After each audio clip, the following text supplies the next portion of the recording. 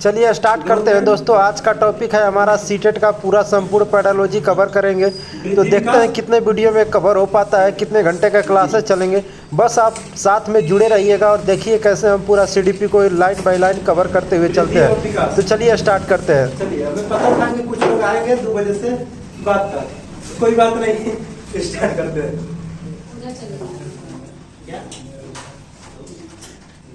वृद्धि क्या है और विकास क्या है? सबसे पहले सीटेट का यही से क्वेश्चन डेली वाला सेट में आप लोग देखते होंगे। पहला सीटेट का क्वेश्चन यही से आता है ना, वृद्धि विकास से। तो वृद्धि विकास क्या है? तो सबसे पहले ऐसे समझते हैं कि जैसे कोई बाबू है, एक छोटा सा माँ के गर्भ में पल रहा है, बस यहाँ पे इसका क्या हो रहा है, शरीर बढ़ रहा है ना।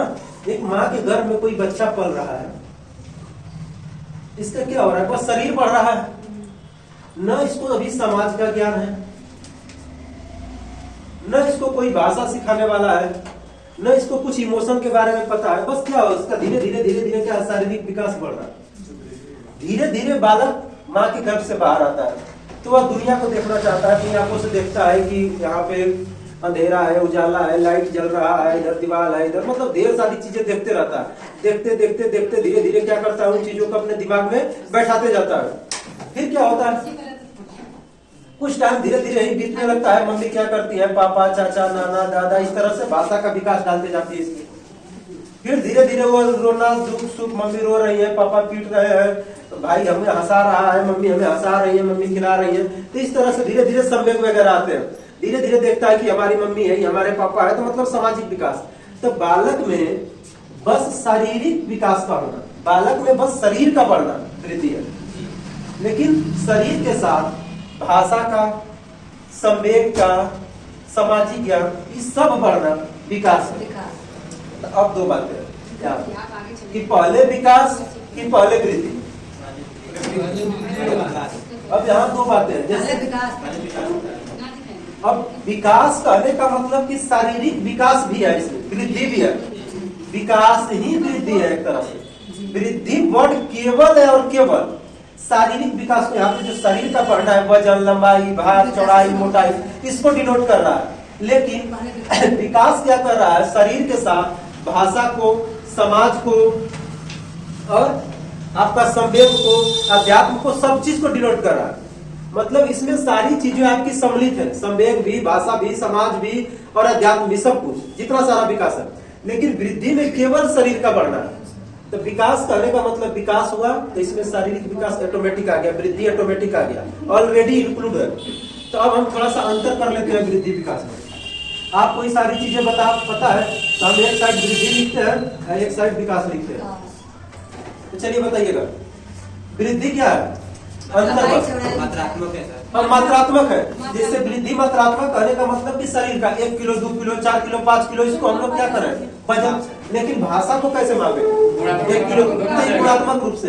तो इसको कहेंगे कि वृद्धि क्या है, मात्रात्मक सर, वो गुणात्मक मात्रात्मक दोनों हो जाएगा उसमें। अब यहाँ पे एक बात और है कि जी विकास करने का मतलब वृद्धि इसमें ऑलरेडी शामिल है, तो कहेंगे कि मात्रात्मक और गुणात्मक दोनों। दूसरा अंतर बताइए। दिखता है, वृद्धि दिखता है, मतलब वृद्धि मूर्त है, और विकास क्या है, अमूर्त। मतलब ये दिखाई नहीं देता। जैसे भाषा विकास हुआ, संवेग विकास हुआ, ये दिखाई नहीं देगा, लेकिन फिर भी ऑलरेडी हो रहा है। तो इसमें कहेंगे मूर्त भी है और अमूर्त भी है, दोनों आ जाएगा ना। ये वाला सारा गुण इसमें आएगा, लेकिन ये कुछ अलग टीचर लेके आए ना, कुछ इसमें अलग से विशेषता है, लेकिन इसमें केवल एक तरफ इसका वाला सारा गुण इसमें अवेलेबल है। तीसरा नंबर करते हैं, मतलब क्रम के अनुसार अंदर से बाहर क्या कहें, ये मापा जा सकता है। चलिए ठीक है, मात्रात्मक हो गया। और बोलिए, और कुछ क्रम के अनुसार चलता है, पहले हाथ, पैर, ऊपर से नीचे। और कुछ बोलिए सर। इसका वृद्धि का कोई क्रम नहीं होता है, उसका क्रम होता है। और कुछ एक्स्ट्रा इससे अलग सर, वृद्धि एक पक्षी होता है, तो बहुपक्षी। जी बहुत बढ़िया। विकास क्या है, बहुपक्षीय होता है। वृद्धि क्या है, एक पक्षी। जैसे शरीर का बढ़ना है बस, लेकिन विकास में क्या है, शरीर तो बढ़ ही रहा है, भाषा भी बढ़ रहा है, इमोशन, संवेग भी बढ़ रहा है, सामाजिक विकास भी हो रहा है, आध्यात्मिक विकास भी हो रहा है, मतलब सारा विकास। तो ये बोलेंगे कि बहुपक्षीय है, आई क्या है, एक पक्षी है। और जी वृद्धि कुछ समय बाद रुक जाता है। कितना समय बाद? और जनरली कहते हैं कि किशोरावस्था तक लड़की में 16 वर्ष, लड़कों में 18 वर्ष। चलिए ठीक है, मतलब कहेंगे कि किशोरावस्था के बाद ही रुक जाएगा। किशोरावस्था मतलब 18 वर्ष तक रुक जाएगा, लेकिन ये क्या होगा, जीवन पर्यंत चलने रहेगा। हाँ, जैसे भाषा है तो हम लोग ऑलरेडी सीखते रहते हैं, जब तक मरेंगे नहीं, समाज से कुछ सीखेंगे, इनमें सब कुछ, तो ये जीवन पर्यंत चलने वाली है। और ये क्या है, एक समय बाद रुक जाएगा। इसको यही कहा जाता है कि विकास क्या होता है, गर्भ से कब्र तक चलते रहता है। मतलब माँ के पेट में जब तक बाबू था, वहां से लेकर जब तक हम लोग बेड पे न पड़ जाए, वहां तक ही चलते रहेगा। बेड की कब्र में सब मतलब बेड पे पड़ जाए, मर गए यहाँ पे, तो काम करते हैं। कब्र में कुछ जाकर सीख करते हैं। उसका आधारित है। अब कुछ बातें और है, जैसे कि कहेंगे कि भाई मर जाते हैं तब पर भी तो हमारे शरीर का बाल वगैरह बढ़ते रहते हैं, तो वो बातें अलग है ना, नाखून वगैरह, बाल वगैरह बढ़ना।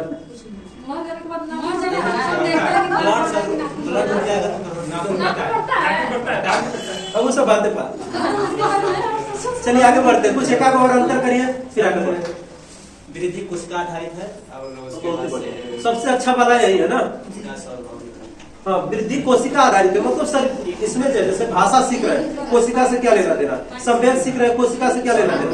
लेकिन जब हम वृद्धि की बात कर रहे हैं तो वृद्धि का मतलब शरीर बढ़ेगा, कोशिका बढ़ेगा, शरीर का विकास कोशिकाओं के टूटने फूटने से। तो सबसे अच्छा बायो से यही वाला हमको लगता है एग्जाम्पल, कि कोशिका आधारित है, लेकिन यहाँ पे सार्वभौमिक है वृद्धि का, मतलब सब कुछ इसमें बढ़ता है। तो एक दो बातें और यहाँ पे याद रखिएगा, ये तो हो गया वृद्धि विकास। अब यहाँ पे क्रम याद कर लीजिए, सबसे पहले कौन सा विकास आएगा,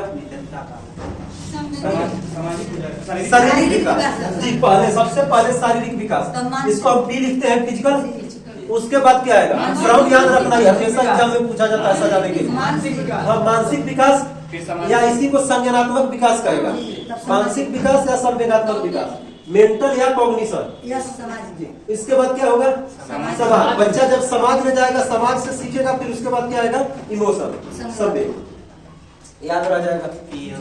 PMSC याद कर सकते, शारीरिक विकास, मानसिक विकास और सामाजिक विकास, फिर संवेगात्मक विकास। अब इसके बाद पहला सा छोटा सा चैप्टर था, इसमें कुछ अंतर वगैरह ही है कि वृद्धि क्या है, लड़कियों में थोड़ा पहले चलता है, संज्ञानात्मक विकास होता है।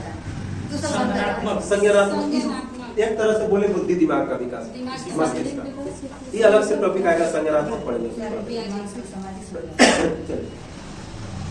इसके बाद वाला है दो तीन बातें कि जैसे लड़कियों का अस्थीकरण, अस्थीकरण का मतलब होता है हड्डियों का जुड़ना ना। अस्थीकरण की प्रक्रिया पूरी हो जाती है लड़कों से 2 साल पहले लड़कियों। अब भाषा विकास भी सेम वही है कि भाषा विकास भी लड़कियों का लगभग 2 साल पहले तक चलता है, यानी लड़कियों का भाषा विकास हमेशा लड़कों से बेटर होता है,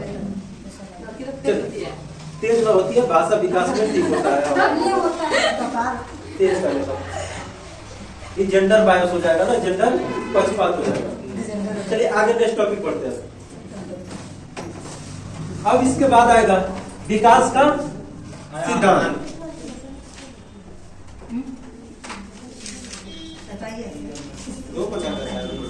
विकास का सिद्धांत, पहला सिद्धांत बताइए, निरंतरता का सिद्धांत। निरंतरता का सिद्धांत है क्या, निरंतर चलने वाले विकास के निरंतरता का सिद्धांत क्या है, विकास एक निरंतर चलने वाली प्रक्रिया है। हाँ, अब क्या है कि कहता है कि कभी नहीं रुकने वाले, जैसे बच्चा जन्म लिया तो धीरे धीरे धीरे धीरे कुछ ना कुछ विकास होते रहता है, जब तक कि हम लोग क्या करें, मर न जाए। जब से माँ के गर्भ में आए और जब तक मर न जाए तब तक विकास धीरे धीरे होते रहेगा। हाँ, ये अलग बातें हैं कि कहीं धीरे तो कहीं तेज होता है। जैसे कि माँ के गर्भ में, ऐसे एक बातें और याद रख लेना कि सबसे ज्यादा विकास तीव्र गति से किस अवस्था में होता है, माँ की गर्भावस्था में। लेकिन ये अगर ऑप्शन में नहीं रहे तो जाएगा शैशवावस्था, फिर उसके बाद बाल्यावस्था। कैसे करेंगे, तो सबसे तेज विकास गर्भावस्था में होता है, फिर अगर नहीं रहे तो फिर करिएगा। निरंतरता का सिद्धांत। उसके बाद क्या था, व्यक्तिगत विभिन्नता का सिद्धांत। व्यक्तिगत विभिन्नता का सिद्धांत क्या है, ये कहता है कि जितने भी व्यक्ति है सब एक दूसरे से अलग है, यहाँ तक कि एक माँ के गर्भ से जुड़ा बच्चे भी क्या होते हैं, अलग होते हैं। भाषा के तौर पे, सामाजिक तौर पे, शारीरिक तौर पे बनावट कुछ भी अलग रहेगा, लेकिन अलग रहेगा। अब जैसे हम देखते हैं कि एक बकरी का बच्चा है, अब वहां पे उस बकरी का बच्चा है, हमारे लिए हम पहली बार देखेंगे तो सब हमको एक साथ देखेगा। हम चाहे एक बार हमको कोई दिखा भी दिया, हम किसी को टिक कर दिए, इसको चुनो, अगला वाला उसको ना पहचान पाएगा जब तक उसके साथ दिन भर नहीं रहता है, चाहे रोज रोज ना अवलोकन कर रहा है, एक बार में नहीं पहचान पाएंगे। लेकिन उसकी माँ के लिए सारे बच्चे को पहचान पाती है, या हम लोग जो उसको पाल रहा है वो सबको पहचान। अगर किसी को गायब कर दीजिएगा तो उसको दिमाग में आ गया कि ऐसा वाला बच्चा मेरा गायब है। तो उसी तरह अगर मान लीजिए माँ के गर्भ से एक छोटा सा भी प्राणी है, कीड़ा है, उसके 10-20 बच्चे, उस सबके लिए उसमें थोड़ा थोड़ा अलग है। तो कहता है मनुष्य हो चाहे पशु हो, सबके लिए रूल लागू होता है। आगे बताइए। नेक्स्ट परस्पर संबंध का सिद्धांत। परस्पर संबंध का सिद्धांत क्या है? जैसे कि विकास की अवस्थाएं एक दूसरे से जुड़ी होती है। जैसे क्या क्या जुड़ा है? जैसे हम कहें कि शारीरिक विकास किसके साथ जुड़ा है? मानसिक विकास के। सामाजिक विकास किसके साथ जुड़ा है? संवेगात्मक विकास के साथ जुड़ा है। मतलब ये है कि जैसे जैसे बच्चा का शरीर बड़ा होता है, वैसे वैसे बुद्धि भी बड़ा होते जाता है, तेजी से बढ़ते जाता है। और जैसे जैसे बच्चा समाज में रहना चालू करता है, जैसे जैसे समाज के साथ घूमना चालू करता है, वैसे वैसे उसका संवेग भी बढ़ने चालू होता है। जैसे जो जितना समाज के साथ घूमेगा रहेगा, तो लोगों का दुख सुख क्या है, कैसा भाव दुख में कैसा व्यक्त करना है, दूसरों की लड़ाई झगड़ा है तो कैसे मेंटेन करना है, किसके साथ कैसे रहना है, तो ये सारी गुण कहाँ समाज से आता है। इसको कहेंगे संवेगात्मक विकास। शारीरिक विकास और मानसिक विकास कैसे है? जैसे मान लो छोटा छोटा दो बच्चा है, सेम एज का है, एक टाइम पे पैदा हुआ, अब दोनों सेम सीख रहा है। अचानक कुछ टाइम बाद देखते हैं सेम स्कूल में सब कुछ जा रहा है, सेम पढ़ाई लिखाई हो रहा है, लेकिन एक का हाइट बड़ी तेजी से बढ़ गया, एक का हाइट थोड़ा सा छोटा रह गया। अब जिसका हाइट तेजी से बढ़ गया वो अब थोड़ा बड़े बच्चों के साथ रहना पसंद करेगा, बड़े बच्चों के साथ घुल मिल कर रहेगा। तो जैसे ही उसका तो देखेंगे कि जो छोटा हाइट में रह गया उससे दिमाग से भी थोड़ा सा कम रहने लगेगा हौसला उसकी जैसा। ये भी उल्टा भी हो सकता है इसका, लेकिन वो क्या करेगा, बड़े लोगों के संपर्क में रहेगा तो उसका दिमाग बुद्धि क्या होगा, तेज होगा। तो शारीरिक विकास जैसे जैसे बढ़ेगा वैसे वैसे मानसिक विकास भी बढ़ता है। ये दोनों एक साथ संबंधित है।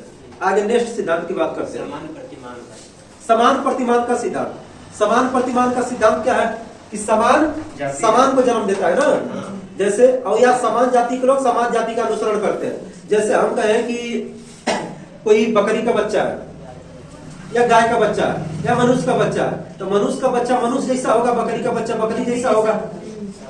अब फिर यहाँ जाति का अनुसरण का मतलब कि जैसे मनुष्य का बच्चा है 6 महीना 8 महीना में चलेगा, गाय का बच्चा 1 दिन में चलेगा, भैंस का बच्चा 2 दिन में चलेगा, 3 दिन में, तो सब एक जाति का अनुसरण करेंगे या उसी के हिसाब से होंगे।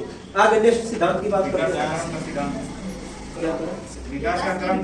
विकास क्रम का सिद्धांत। विकास क्रम का सिद्धांत क्या है?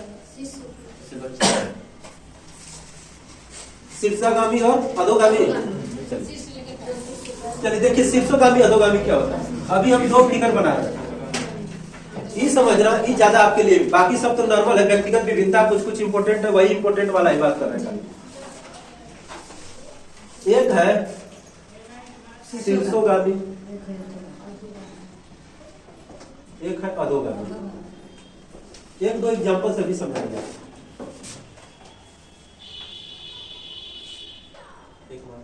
मेरे को बनाने नहीं आता है, बस ऐसे कर दे रहे हैं। सब पर दिख रहा है ना, काम पहले उसका तो लग रहा है क्या सब उसका हमने नहीं बनाए हैं। विकास नहीं होगा।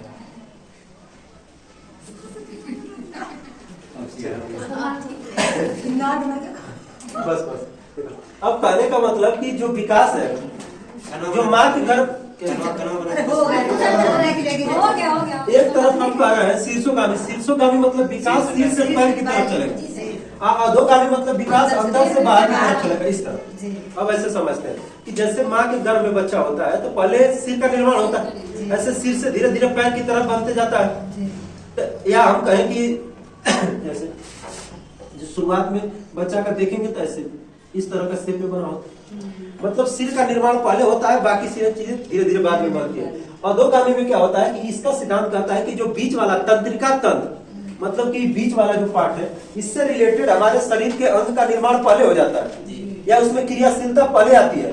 अब फिर बाद में धीरे धीरे धीरे धीरे बाहर की तरफ चलता है, जैसे हार्ट बना, फेफड़ा बना, अंदर की चीजें बनी, धीरे धीरे धीरे बाजू वगैरह ऐसे ऐसे ऐसे ऐसे विकास चलता गया। क्योंकि जैसे बच्चा पैदा होता है तो देखते हैं कि हाथ पैर ऐसे, बाकी सब अंदर का एकदम परफेक्ट काम कर रहा है, लेकिन हाथ पैर में क्रियाशीलता नहीं आएगी, मुड़े रहता है। कुछ भी धराएंगे तो वैसे ही मुड़े रहेगा, लगता है इसमें जान ही नहीं है। धीरे धीरे कुछ टाइम, 1 महीना 2 महीना बाद एकदम तेल लगते लगते क्या होता है, पकड़ना चालू करता है, मुट्ठी मारना चालू करता है, धीरे धीरे आता है। तो मतलब अंदर से जहां बाहर की तरफ जा रहा है तो कहेंगे अधोगामी, और सिर से जहां पैर की तरफ जाएगा। अब कुछ एग्जांपल हम आपको क्वेश्चन दे रहे हैं, फिर बताइएगा। एक बच्चा है, उसने क्या किया कि फुटबॉल को पकड़ ले रहा है, लेकिन अभी पेन पकड़ने की क्षमता का विकास नहीं हुआ है। पेन नहीं पकड़ पाता, लेकिन फुटबॉल की गेंद को पकड़ पाता है, लेकिन पेन को नहीं पकड़ पाता है। तो यह कौन सा दर्शा रहा है?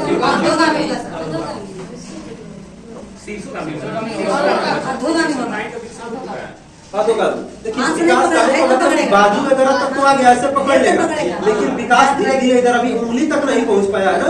लास्ट में उंगली का बढ़ेगा, तब जाके बच्चा, जैसे एक छोटा सा बाबू है, कहिएगा कि पेन से लिखो, पेन पकड़ ही नहीं पाता है तो लिखेगा कैसे?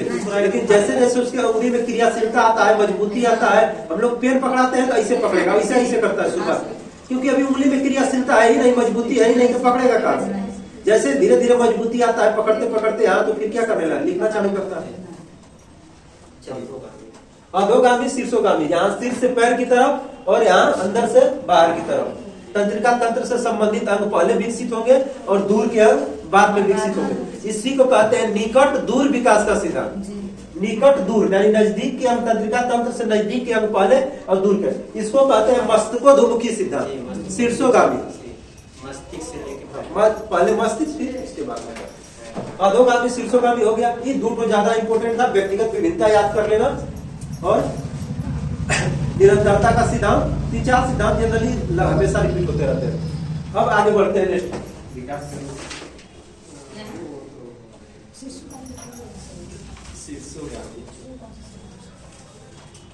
कुछ और बढ़ते हैं। चलिए विकास के रूप, जब विकास होता है तो क्या क्या हमें चेंजेस देखने को मिलते हैं?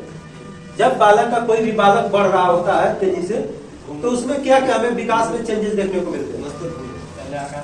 पहला आकार में परिवर्तन होता है, छोटा सा बच्चा है, शरीर वगैरह बड़ा होगा।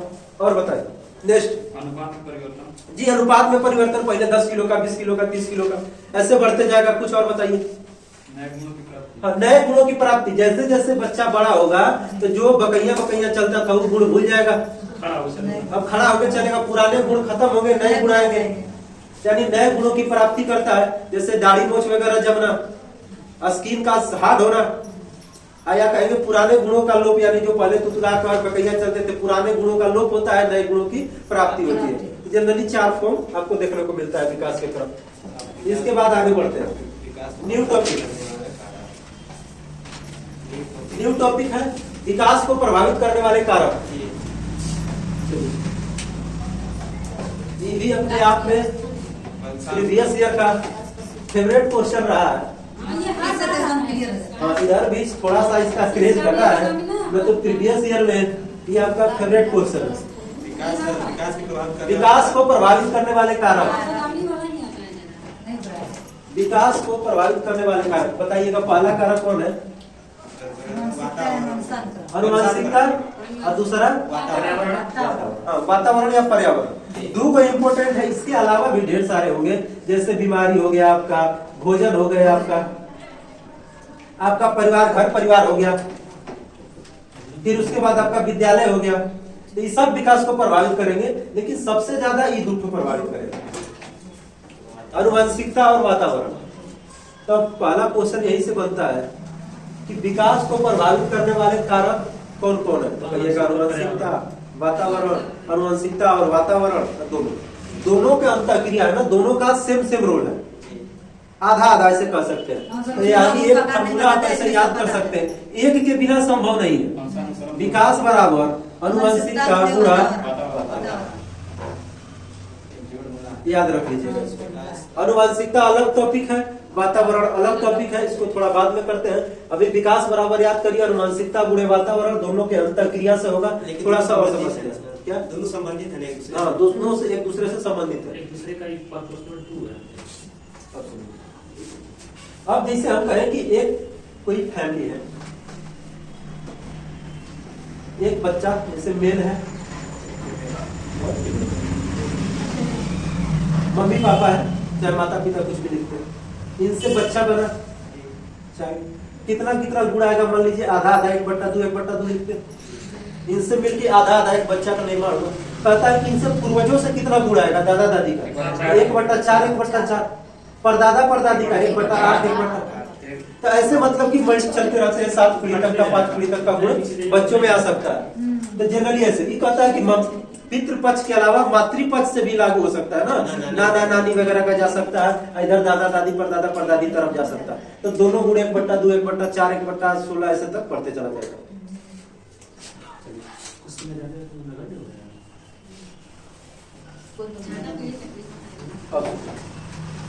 अब जैसे एक आध दो बातें और है कि कोई बच्चा है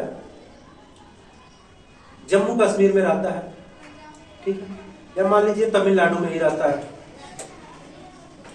एक जम्मू कश्मीर वाला बच्चा गोरा गोरा है और तमिलनाडु वाला काला काला है, सब पर्यावरण का इफेक्ट। हाँ, तो क्या इसमें दोनों में से कौन सा उसको कारक प्रभावित कर रहा है?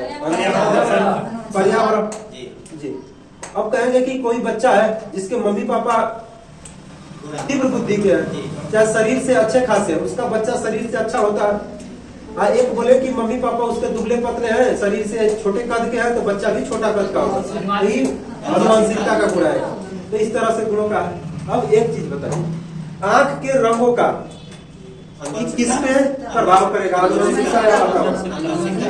अनुवांशिकता का, कि आंखों का रंग अनुवांशिकता पर निर्भर करता है। जैसे मम्मी पापा का होगा, बच्चों में भी वही आएगा। अब शारीरिक विकास, शरीर हाथ पैर तो वगैरह जैसे मम्मी पापा का होगा वैसे होगा, या गोरा काला होगा। भाषा वगैरह आपका वातावरण का प्रभाव है। जब भाषा पढ़ेंगे तो वहां पे पढ़ेंगे, क्योंकि तो मम्मी पापा से जन्मजात गुण है, नहीं कि भाषा हम लोग जन्मजात लेके आ रहे हैं। अब अलग से अनुवांशिकता और अलग से वातावरण। जनरली अनुवांशिकता का क्वेश्चन आता नहीं है, जेनेटिक्स वगैरह का। गुणसूत्र वगैरह याद कर लेना, सबके पता है। मनुष्य का कितना, यानी जोड़ा में कहे तो 23। अनुवांशिकता के भी कुछ कुछ सिद्धांत हैं। ग्रेगर जॉन मेंडल का सिद्धांत, डार्विन का सिद्धांत, लेमार्क का सिद्धांत। एक दो पूछ के रिवाइज कराते हैं, फिर आगे बढ़िएगा।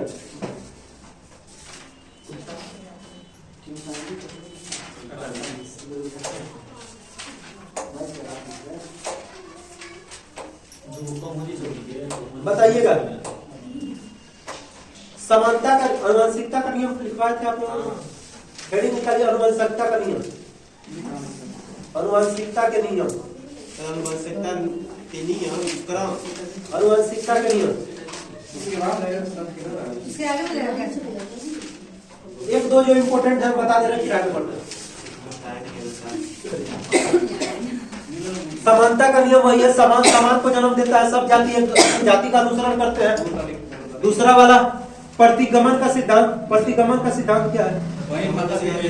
जैसे कि यहाँ पे तो ठीक था कि बुद्धिमान मम्मी माता पिता के बच्चे बुद्धिमान होंगे, लेकिन अब कहें कि बुद्धिमान माता पिता के भी बच्चे कभी कभी कमजोर हो जाते हैं, या कमजोर मम्मी पापा के भी बच्चे कभी कभी बुद्धिमान निकल जाते हैं। तो ऐसा क्यों देखने को मिलता है? इस सिद्धांत का उत्तर देगा, इसका उत्तर प्रतिगमन का सिद्धांत देता है।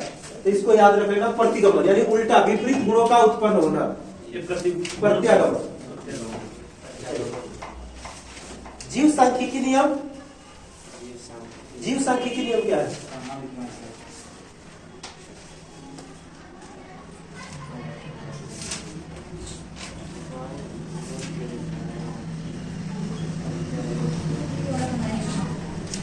जीव सांख्यिकी नियम, इसमें क्या है? जीव सांख्यिकी नियम बता देते हैं। जैसे कि जीव सांख्यिकी नियम कहता है कि कोई भी बच्चा है वह केवल अपने मम्मी पापा का गुण लेकर ही नहीं आता है, बल्कि अपने पूर्वजों का भी गुण अर्जित करता है, जैसे दादा दादी और नाना नानी का। फिर उसके बाद वाला नियम है बीज कोष के निरंतरता का सिद्धांत। क्या है बीज कोष के निरंतरता का सिद्धांत? बीज कोष के निरंतरता का सिद्धांत इसमें है कि जो मानव के उत्पत्ति का मूल कण है, जिसे जीवाणु नाम दिया गया, वो कभी नष्ट नहीं होता है, वो अगली पीढ़ी में ट्रांसफर होते रहता है।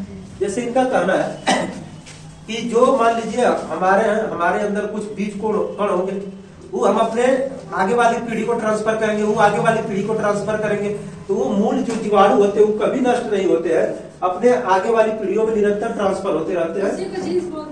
हाँ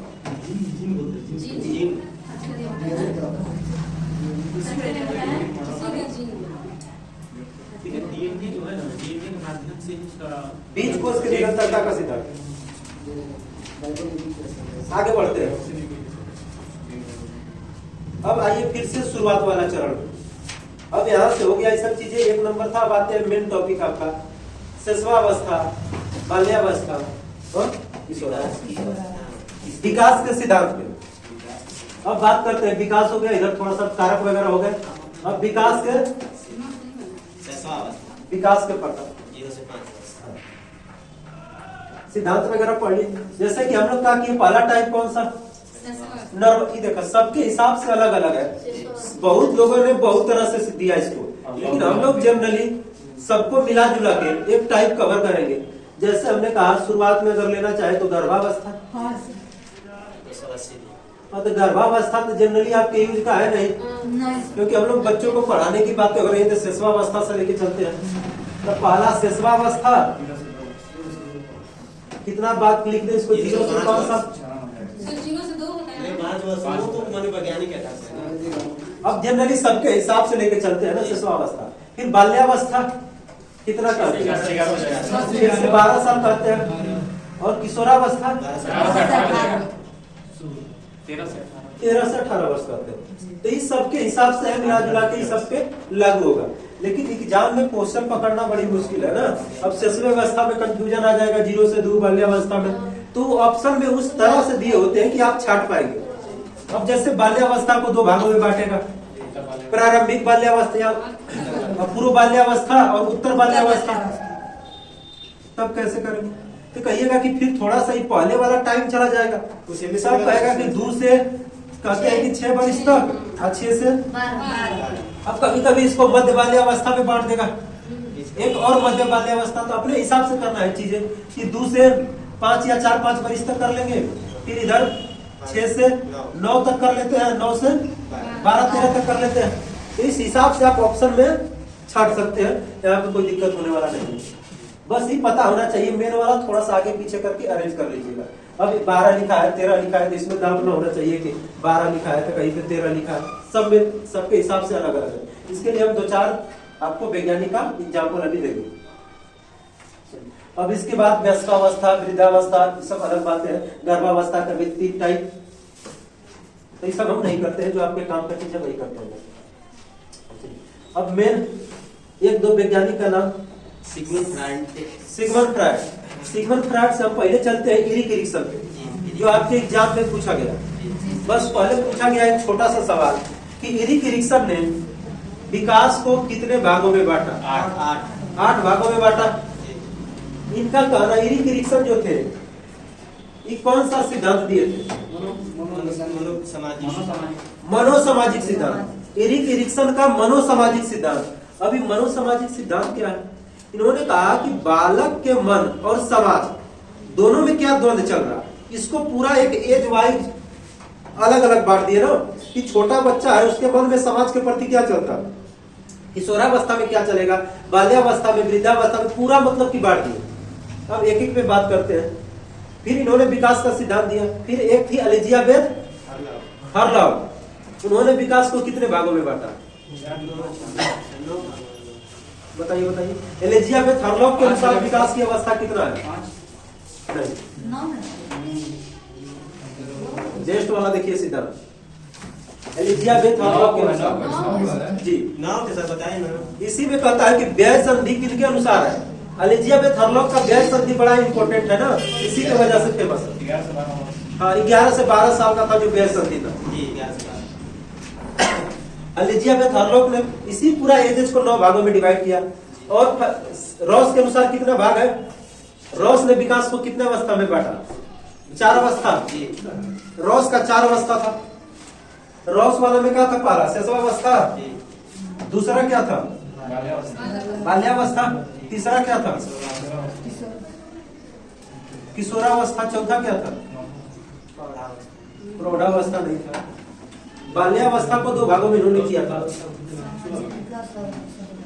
अरे नहीं, यहाँ पूर्व बाल्यावस्था और उत्तर बाल्यावस्था।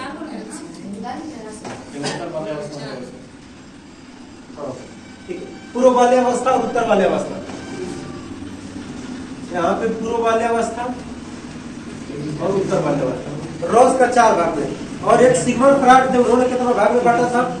5 भाग में ना, 0 इंद्रिय अवस्था, मुखावस्था, गुदावस्था, पेशी अवस्था, तो 5 भाग था। तो इधर से आपका एग्जाम में सब सिगमंड फ्रॉइड वाला सब ना देखने को मिलेगा। जनरली जो मेन बातें आप एक एक पे कवर करते हैं, एक एक बात को। चलिए, पहला हेड निकालिए, theory. Eric Erikson. Eric Erikson, Eric Erikson का मनोसामाजिक सिद्धांत। इरिक इरिक्सन का मनोसामाजिक सिद्धांत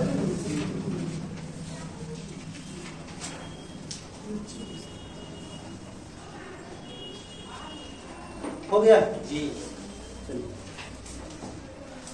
इरिक इरिक्सन कहाँ के रहने वाले थे? जर्मनी के रहने वाले थे। डेट ऑफ बर्थ की बात करें तो 1994 तक इनका जन्म वगैरह था।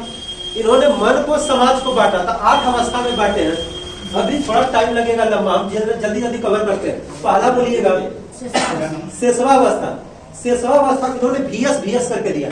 सिद्धांत में ऐसे भी पकड़ सकते हैं, VS वाला जहाँ रहेगा, VS मतलब वर्सेस, तो इसके हिसाब से आप आइडिया लगा लेना कि विश्वास, VS मतलब बनाम ना, कहते हैं भारत बनाम पाकिस्तान का मैच है, इंडिया VS पाकिस्तान, तो ऐसे करिएगा। अब यहाँ पे जहां दिख गया तो फिर समझ लीजिएगा, बाकी किसी में है नहीं, बस खाली इन्हीं में VS बनाम करके, बाकी और ना है, तो पकड़ सकते हैं कि इरिक इरिक्सन का। तो इन्होंने पहला वाला में किसका था? विश्वास कमान अविश्वास। शेषवावस्था में विश्वास VS अविश्वास। ये क्या है विश्वास VS अविश्वास? मतलब एक छोटा सा बच्चा है, शेषवास छोटा सा बच्चा है, तो वो अपनी माँ की तरफ देखता है कि मम्मी आ रही है तो मेरे लिए दूध लेके आ रही है, विश्वास की नजर से देखता है। अब मम्मी अगर वही इग्नोर करके चली गई तो बच्चा के मन में क्या आएगा? अविश्वास। तो मतलब मन को, समाज को इस तरह से जोड़े कि छोटा सा बच्चा, उसके मन में एक पॉजिटिव वाला एक निगेटिव वाला दोनों थॉट विचार किस तरह से उन्होंने पूरे एजेज में, पूरा मरते दम तक इन्होंने अपने सिद्धांत में बताया। दूसरा वाला क्या था? प्रारंभिक बाल्यावस्था। प्रारंभिक बाल्यावस्था। इसमें क्या था? 1 से 2 साल। हाँ, 1 से 2 साल एज वगैरह स्वायत्ता व्यस लज्जा से। स्वायत्ता व्यस लज्जा से। अब मान लीजिए थोड़ा सा बच्चा बड़ा हो गया, अब बाल्यावस्था मतलब कि अब स्कूल जाने के, कपड़ा पहनने के, तो बच्चा चाहेगा कि खुद से कपड़ा, चाहे मम्मी रोटी बना रही है हम भी रोटी बनाए, मम्मी के साथ ही काम कर रही है हम भी करें, लेकिन मम्मी टांग के बाहर कर देती है। चाहे अपना कपड़ा वगैरह खुद से पहनना चाहता है, मम्मी जल्दी से पहना देती है। तो वो चाहता है फ्रीडम, लेकिन उसको क्या मिलती है? लज्जाशीलता, मतलब हटा के लजा के चला जाएगा कि हमारे बस की नहीं। तीसरा नंबर बोलिए, खेल की आयु। खेल की आयु में क्या होता है? पहल शक्ति VS दोषिता। अब इसका मतलब क्या है? पहल शक्ति VS दोषिता। इसमें कहता है कि जनरली बच्चा ये समझता है कि मान लो कि वही सब काम, खेल मतलब क्या है कि जनरली हमारे दादा परदादा जो चीजें करते आ रहे हैं हम भी वही काम करते हैं, या हमारे बच्चे भी वही काम करेंगे, तो अलग अलग खेलेंगे, अंटी खेलेंगे, गुल्ली डंडा खेलेंगे, जो भी खेलते आ रहे हैं, हमारे दादा खेलते आ रहे हैं हम भी खेले हैं, हमारे बच्चे भी खेलेंगे, चाहे उनके बच्चे भी खेले। अब क्या है कि जैसे अब खेल चाहते हैं कि सब बच्चा खेलते हैं, पापा भी सब कोई खेल रहा है हम भी खेले, लेकिन पापा जैसा ही देख लिए कि बच्चा खेल रहा है पीट दिए। अब वो चाहता है कि खेल मतलब कोई बुरा काम ना है, खेलना चाहिए, सब कोई कहता है। जैसा ही खेला पापा आके डांट दिए कि खेलना है, पढ़ना है, कि तुमको खेलना है, तो उसको लगा कि हम क्या किए भाई, कि दोस्त वाला काम हो गया कि हमारा खेलना ठीक था, हम कर रहे थे, डटा के, चाहे कोई अच्छा काम ही कर रहा है, पापा उसको डांटे क्या कर रहा है, तो उसके मन में गिल्टी यानी दोस्त की भावना उत्पन्न हो गया कि लग रहा है जैसे हमने कोई गलत काम कर दिया, अपराध वाला काम कर दिया। आगे बताइए। स्कूल की आयु, परिश्रम VS हीनता। स्कूल में क्या होता है, बच्चा फर्स्ट रैंक लाने के लिए सब कोई परिश्रम करेगा, लेकिन आएगा तो फर्स्ट रैंक किसी एक का, सबने मेहनत किया, कोई एक फर्स्ट रैंक लाया, तो मतलब क्या है, क्या ची भावना उसमें उत्पन्न होगी? हिंसा। परिश्रम सबने किया, हिंसा की मतलब कि लास्ट में किसी का फर्स्ट रैंक 1 का आया, जो आया कहेंगे कि बहुत मेहनत किया था, जिसका नहीं आया कहेंगे कि बिल्कुल मेहनत न किया था, हिंसा की भावना है। चलिए आगे बढ़ते हैं। किशोरावस्था, किशोरावस्था में क्या होता है? आगे बढ़िए। अहम पहचान, अहम पहचान विहस भूमिका संक्रांति। अहम पहचान विहस भूमिका संक्रांति। अभी क्या होता है अहम पहचान विहस भूमिका संक्रांति? इसका मतलब है कि अब दोस्त, किशोरावस्था जनरली दोस्तों का ही है ना, आगे पढ़ेंगे किशोरावस्था में क्या क्या गुण आता है। तो किशोरावस्था कहते हैं मित्र दोस्त, इसमें ज्यादा दोस्त के प्रति भक्ति भावना ये सब देखने को मिलता है। तो अब लगता है किशोरावस्था में कि हमारे पास बहुत सारे दोस्त हैं। अहम पहचान मतलब हमको सब जानता है, लेकिन हम कहेंगे कि जब उनको काम की जरूरत होगी तो कोई साथ ना देगा। मतलब जब उसका यूज पड़ा तो कोई साथ नहीं है, लग रहा है कि हमारे पास ढेर सारे हैं, और जब काम पड़ा तो कोई साथ नहीं है। यही है कि हम पहचान, हमको सब जानता है लेकिन जरूरत पे कोई नहीं। चलिए आगे नेक्स्ट तरुणावस्था। तरुणावस्था में क्या है? घनिष्ठता को विलंघन। अब मतलब ये ऐसा एज है जिसके साथ आप क्लोज टाइम रहे हैं, दोस्तों के साथ, मम्मी के साथ, पापा के साथ या किसी के साथ बहुत लंबे टाइम से बचपन से रहते आ रहे हैं। अब ये ऐसा टाइम आता है कि जब अब सबसे क्या होगा, अलगाव होगा।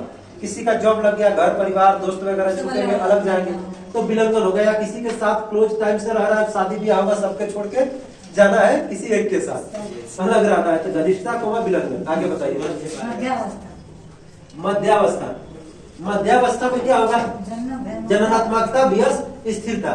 जननात्मकता मतलब क्या होता है? अब हम चाहते हैं, अब जब नौकरी वोकरी हो गया या किसी के सेट हो गए तब पैसा कमाना चाहेंगे। जननात्मकता मतलब उत्पन्न करना, बच्चे, संतान, पैसा, रुपया, घर द्वार, खूब सब कुछ बनाएंगे। स्थिरता मतलब कि आप लाइफ में कुछ भी नहीं कर पाए, जैसे पहले था आज भी वैसे है।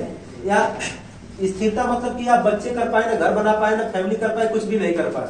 यहाँ तक मान ली स्थिर रहा, यहाँ पे जनात्मा मतलब कि अच्छा वाला किए सब कुछ, यहाँ स्थिरता मतलब कि कुछ भी नहीं कर पाए।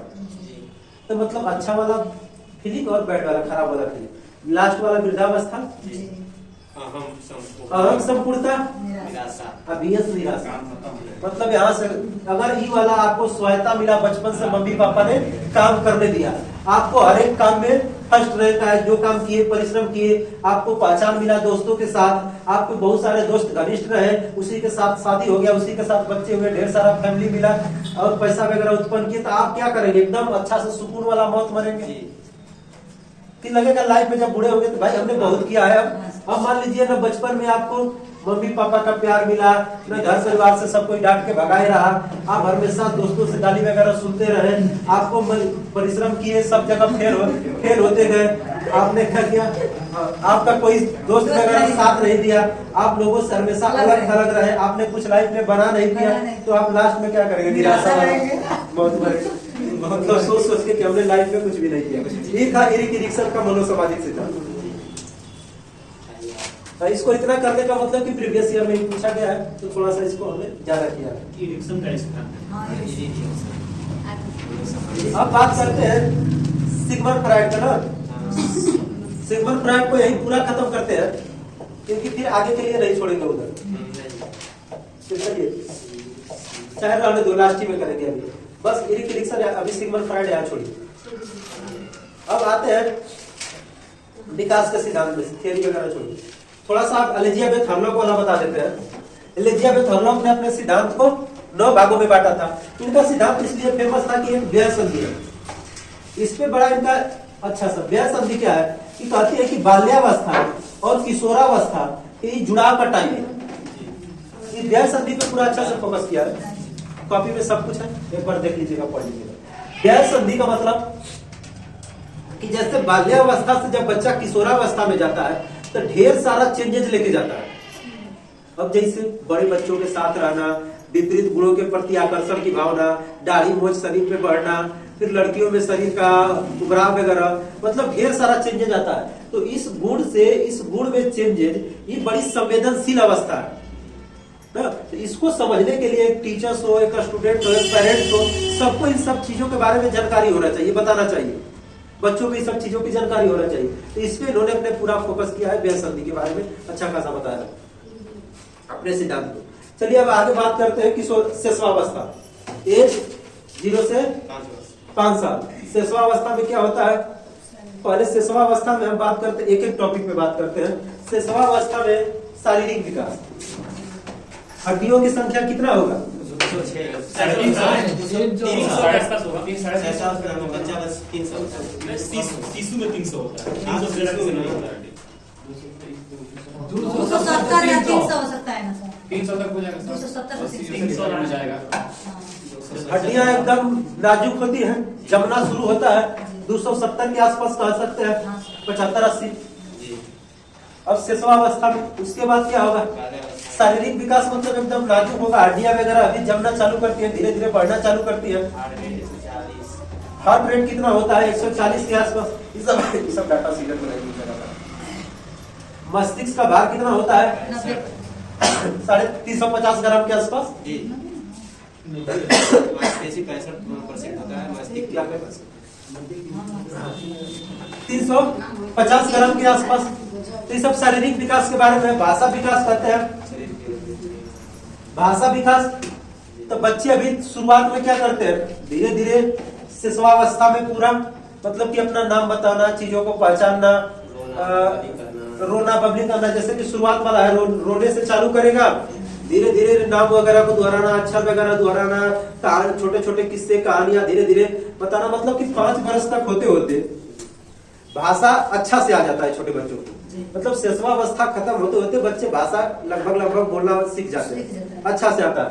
और वही बाल्यावस्था में क्या होता है कि भाषा विकास एकदम बेटर हो जाता है, और किशोरावस्था में तो प्रोफेशनली आ जाता है ना। तो भाषा का विकास 5 साल तक लगभग हो ही जाता है बच्चों में। लड़कियों में थोड़ा सा बेटर ही होता है। आगे बढ़ते हैं नेक्स्ट। फिर इसके बाद संवेगात्मक विकास, संवेग वगैरह। तो शिशुवावस्था में संवेगात्मक विकास बताइए कौन सा होगा? जनरली वाटसन ने 3 संवेग बताया है और बाकी ने 4 संवेग बताया। जैसे बच्चा जन्म लेता है तो उसके पास 3 ही 4 इमोशन होते हैं। जैसे किसी को देख तो हंसना, भय, क्रोध, कष्ट पीड़ा। इस तरह से मतलब किसी को देख कर डरेगा, गुस्सा करेगा या कष्ट होगा, दर्द होगा और पीड़ा। मतलब इस तरह के संवेग वगैरह आते हैं छोटे बच्चों में। वाटसन ने 3 बताया था, बाकी औरों ने 4 बताया था मनोवैज्ञानिक के अनुसार। तो छोटे बच्चों का संवेग था। यही संवेग थोड़ा सा बच्चे बड़े हो जाते हैं, कहता है कि शिशुवावस्था में अभी संवेग चालू होते हैं।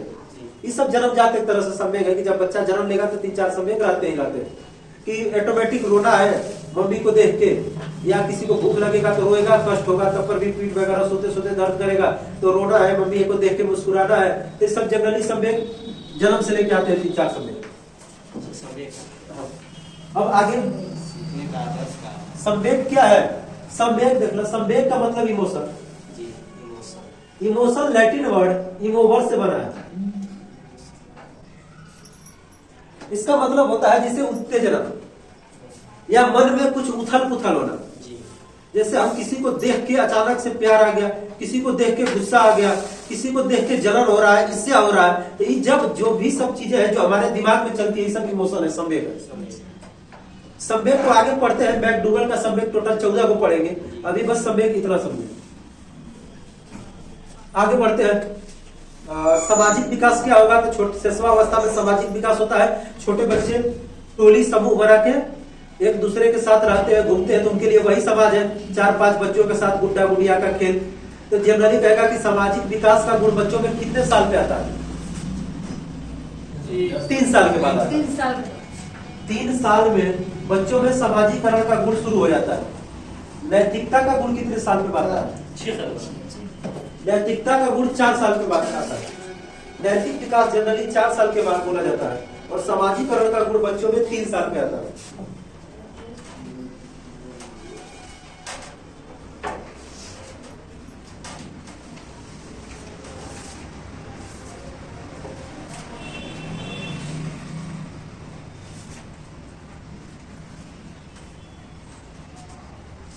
चलिए तो कुछ जल्दी से क्वेश्चन बताइएगा शिशुवावस्था से रिलेटेड।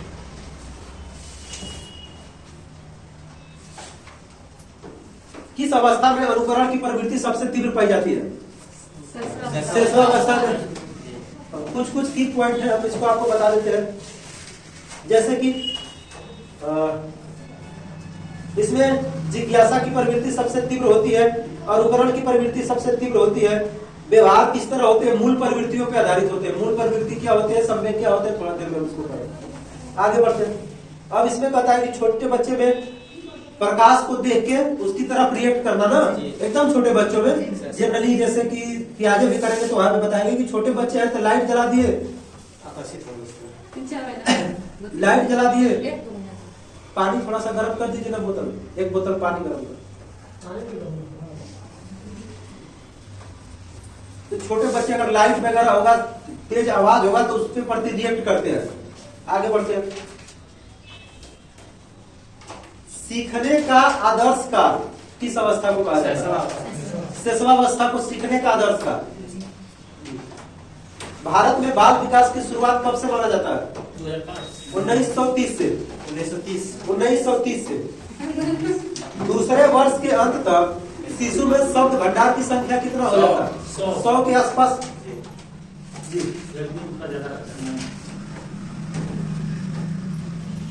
विकास प्रारंभ होता है किस अवस्था से? विकास प्रारंभ होता है किस अवस्था से? गर्भावस्था जी, विकास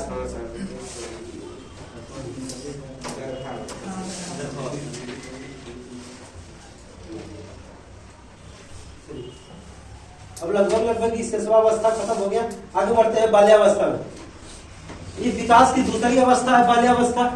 बाल्यावस्था को जनरली को भाग में बांटते हैं, 2 भाग में। एक कहेंगे पूर्व बाल्यावस्था और एक कहेंगे उत्तर बाल्यावस्था। अब बताइए आप कि किसमें विकास थोड़ा स्लो होता है और किसमें विकास तीव्र होता है?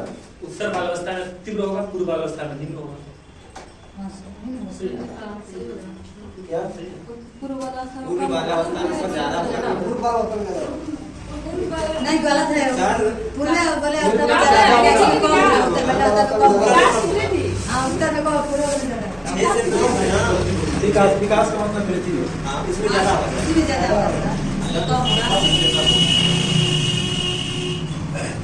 इसको कहते हैं परिपक्व काल ना। अब ऐसे एक तरह से पूर्व बाल्यावस्था के बच्चों का गुण होता है किसी चीज को संचय करके रखना ना, संचय की प्रवृत्ति रखना। कहते हैं कि फोटो, कूड़ा, कबाड़ी सब इंस्ट्रूमेंट बक्स में भरे रहे, संचय का। उत्तर बाल्यावस्था में इसको परिपक्व काल कहते हैं। इसमें विकास बच्चा तेजी से बढ़ता है। देखो 5 साल तक तो ठीक है, शरीर बड़ी तेजी से बढ़ता है, 6-7 साल तक बढ़ता है। लेकिन जब 9-10 वर्ष का होता है बच्चा तो देखते हैं कि वो रुक सा जाता है इसका विकास एकदम। अब मम्मी पापा को डर सताने लगता है कि हमारा लड़का बढ़ क्यों नहीं रहा, तो हॉर्लिक्स का प्लान बॉर्नविटा एकदम चालू हो जाता है। जनरली एज रुकने का ही है। जैसे एक छोटा सा पेड़ है, अभी पेड़ एक ही बार जैसे कि शुरुआत के चरण में होता है। जैसे आम का हमने एक पेड़ लगाया, अब बरसात के टाइम में इतना बड़ा सा आम हो गया, 1 ही 2 महीना में इतना बड़ा सा बढ़ जाता है। अब 2-4 महीना में इतना बड़ा हो जाना चाहिए पूरा एकदम तेजी से, वैसे ही टूट जाएगा। अब देखते हैं कि इतना बड़ा सा अगला साल में बढ़ के रखिए, फिर बरसात के टाइम आएगा तो थोड़ा सा बढ़ेगा।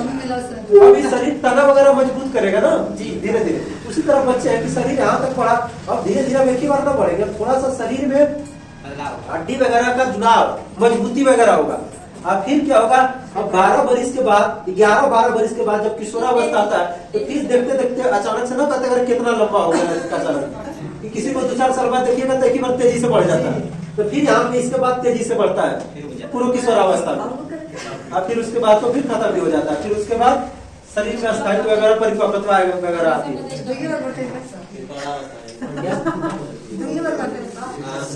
अवस्था में पूर्व बाल्यावस्था में। अब आगे आते हैं एक एक टॉपिक पे।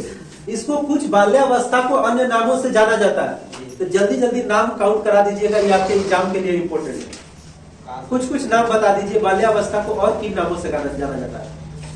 गंदगी की अवस्था, टोली की अवस्था, समूह की अवस्था, सारस की आयु,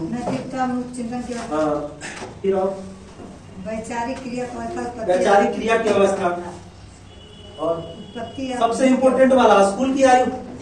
6 वर्ष से बच्चा स्कूल जाना चालू करता है तो इसको स्कूल की आयु भी कहते हैं। ये सब अन्य नामों से जाना जाता है। अब फिर यहाँ पे एक एक पे बात करते हैं। बाल्यावस्था में शारीरिक विकास। अब हड्डियों की संख्या कितना हो जाएगा? 206 हो जाएगा। अभी पूरा बाल्यावस्था में 300 के प्लस जाएगा, 350 350 तक जाएगा। 350 जी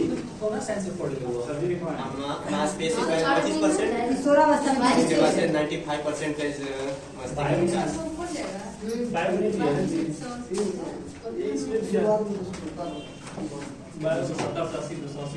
बच्चा पैदा होता है ऐसा अवस्था उसके बाद नहीं करते।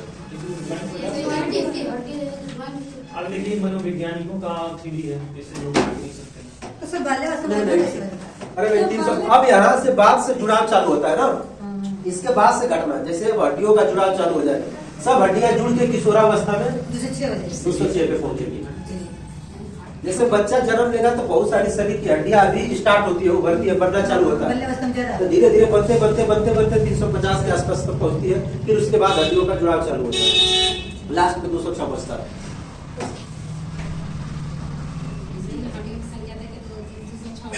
चलिए अब शारीरिक विकास पे बात कर लेते हैं और थोड़ा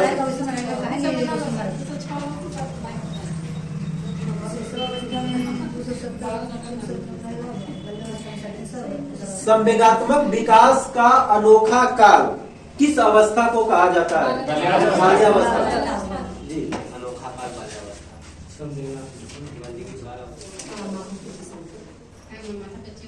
बाल्यावस्था में कुल दांत 20 को इसमें यहाँ पे ऐसे कहते हैं टोटल, मतलब कि 20 गो दांत क्या होते हैं? अस्थायी दांत,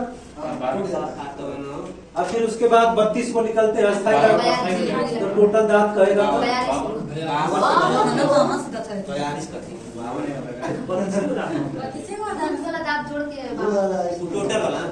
टेम्पररी दांत कहेगा, अस्थायी दांत तो 20 को कहिएगा। जब ऐसे काउंट किया है 20 को अस्थायी दांत होता है, 20 को दांत टूट जाता है।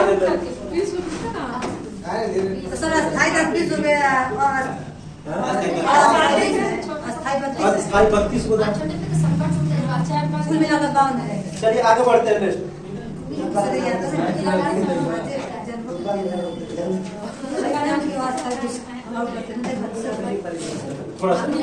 अब बाल्यावस्था, अब सुनो, बाल्यावस्था में संवेग नियंत्रित होते हैं ना, ये सबसे इम्पोर्टेंट पॉइंट है। किशोरावस्था में संवेग बच्चा ग्रहण करना। अब देखो संवेग की बात कर लेते हैं थोड़ा सा। बाल्यावस्था में संवेग नियंत्रित होते हैं, जैसे हमने कहा कि एक छोटा सा बच्चा है, मम्मी पापा कितना भी डांट देते हैं तो बाल्यावस्था में सह लेगा, चुपचाप सुन लेगा, कितना पिटा जाएगा, वही किशोरावस्था में ना होगा। आज चाहे एकदम छोटा सा बच्चा है उस पे भी ना होगा, वो भी कपड़ा किताब कापी फाड़ के एकदम लौट जाएगा, चाहे कुछ भी मारिए कितना आप मारिए आपको वो भी मारेगा। एकदम छोटे बच्चे हैं उसमें भी संवेग नियंत्रित नहीं है। बाल्यावस्था का गुण है कि संवेग नियंत्रित होता है, और किशोरावस्था में फिर संवेग क्या होता है, एकदम तीव्र हो जाते हैं, किसी का बात बर्दाश्त ना होना, तेज तेज पे बात पे गुस्सा करना, लड़ाई करना आम बात हो जाती है।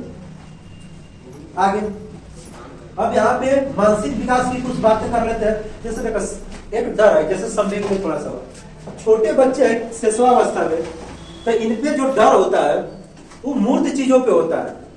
जैसे हम दिखाएंगे, हम कहेंगे कि तुमको भूत से डरवाएंगे, एकदम छोटे बच्चे हैं, थोड़ा सा बड़े वाले बच्चे, एकदम छोटे वाले बच्चे हैं, तो उससे वो न डरेगा। उसको भूत का मतलब, भगवान का मतलब नहीं पता, लेकिन कहिएगा कि छिपकली से डरवाएंगे तो जरूर डरेगा, कुत्ता से डरवाएंगे तो जरूर डरेगा। जो चीजें देख रहा है उससे वो ज्यादा डरेगा। मूर्त चीजें, उसके दिमाग में मूर्त चीजें चलती है, क्योंकि वो अभी सोच समझ नहीं सकता है मूर्त वाला ना, तो मूर्त चीजों। अब जब थोड़ा सा बड़ा हो जाता है बालक, तब उसको छिपकली वगैरह देख के खुद ही पकड़ने लगेगा, मारने लगेगा, तो उससे वो डर खत्म हो जाता है। अब उसमें अमूर्त चिंतन वाला, अब किससे डरेगा भाई? तो हम कहेंगे भूत से डरवाएंगे वगैरह, कुछ कुछ हम उससे डरवाते हैं, तो अमूर्त चीजों से फिर चालू होता है। तो यहाँ पे अमूर्त, बाल्यावस्था में अमूर्त चिंतन भी आने लगता है, धीरे धीरे भगवान के बारे में, भूत वगैरह के बारे में, कुछ कुछ कहानियां वगैरह खुद से मनगढ़ंत बनाना।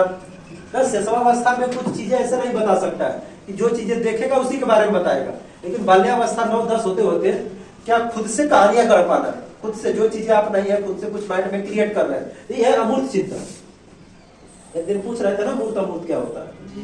मूर्त मतलब कि हमने आपको पूछा कि बताइए कितना बज रहा है, तो आपने कहा कि सर जी 3 बज रहा है, हम कह रहे हैं कि अब घड़ी हटा दिए, अब बैठे, अब कितना बज रहा है? तो आपने सूर्य की तरफ देखा, यहाँ पे इधर जो सोच रहा है इतना टाइम हो गया, 3 बज के आसपास हो गया होगा। तो मतलब इससे अमूर्त चीजें, जो चीजें नहीं दिखाई देती है उसके बारे में भी आप सोच पा रहे हैं। हाँ, कल्पना करना चीजों को दिमाग में अमूर्त चिंतन कहलाता है। चलिए आगे बढ़ते हैं। मूर्त अमूर्त, फिर इसके बाद इसमें एक टोली की भावना पाई जाती है। अब यहाँ पे मित्र के प्रति, दोस्तों के प्रति बड़ी भक्ति भावना रखते हैं ना। छोटे बच्चे जैसे कि तुरंत लड़ेंगे, तुरंत मिलेंगे, तुरंत खेलेंगे, चाहे पापा से कहिएगा तो उसके साथ ना जाना है, चाहे उससे लड़ाई करना है तो करेंगे, लेकिन फिर भी जाएंगे, उनको लगता है वही उनके लिए बेस्ट है। तो इस तरह की चीजें होती है। आगे बढ़ते हैं नेक्स्ट पॉइंट पे।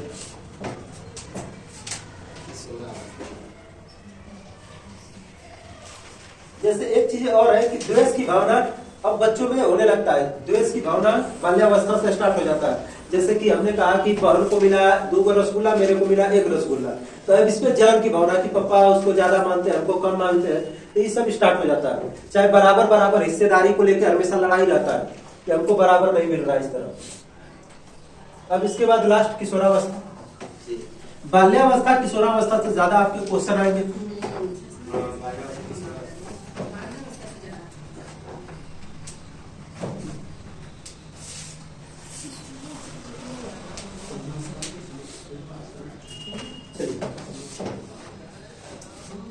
आगे आते हैं किशोरावस्था।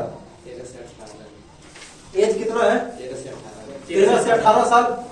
अब इसमें क्या है, कुछ इंपोर्टेंट पॉइंट, जैसे वित्तीय समस्या, पैसा चाहेगा, दोस्तों को ज्यादा टाइम देना, संवेग का नियंत्रित में न होना, इमोशन, संवेग की अभी पुनः प्राप्ति होती है, ताजा ताजा संवेग होते हैं। जैसे कि अभी कोई चीज पावर आता है तो उस पर कंट्रोल नहीं हो पाता है, तो ढेर सारे संवेग अभी किशोरावस्था में आते हैं जिसपे कंट्रोल नहीं हो पाता है। आगे करें। और जैसे कि एक होता है वीर पूजा की भावना। अब वीर पूजा क्या होता है? शहीद होना। दोस्तों को मतलब जैसे जो को हदिया ना लड़ाई करना है तो उसके लिए जीना चाहो पूजा हो, जैसे कि मंदिर के आकर्षित होना, जैसे कि भक्ति भाव में। अब देखा आगे, मतलब थोड़ा सा समझाते हैं। जैसे रोल मॉडल जो आपके होते हैं, जैसे दादा दादी, हीरो हीरोइन कोई भी है, तो उसकी तरह बनने का कोशिश करते हैं, उसकी तरफ दिखावा करते हैं। जैसे कोई है सलमान खान की तरह दिखता है, कोई अपनी दादा की तरह बनना चाहता है, कोई अपने नाना की तरह बनना चाहता है, तो ये सब चीजें। एक होता है कि अपने दोस्तों के लिए कुछ भी करते हैं ना, जैसे मम्मी पापा से लड़ जाएंगे। अगर मान लो 2 दोस्त है कहीं घूमने, पापा उसके शिकायत कर दिए कि तुम्हारा दोस्त के साथ हो, तो वो तुरंत लड़ जाएगा पापा से। आप ही जानते हैं, हम दिन भर उसके साथ रहते हैं, दोस्त के लिए कुछ भी कर देते हैं इस एज में, क्योंकि संवेग उसके साथ क्लोजली रिश्ता होता है ना ज्यादा। अब वही थोड़ा और एज होता है तो एक दोस्त दूसरे दोस्त का मिलकर तीसरा वाला का बुराई करेगा, वो चला गया तो उसके साथ बुराई करेगा। लेकिन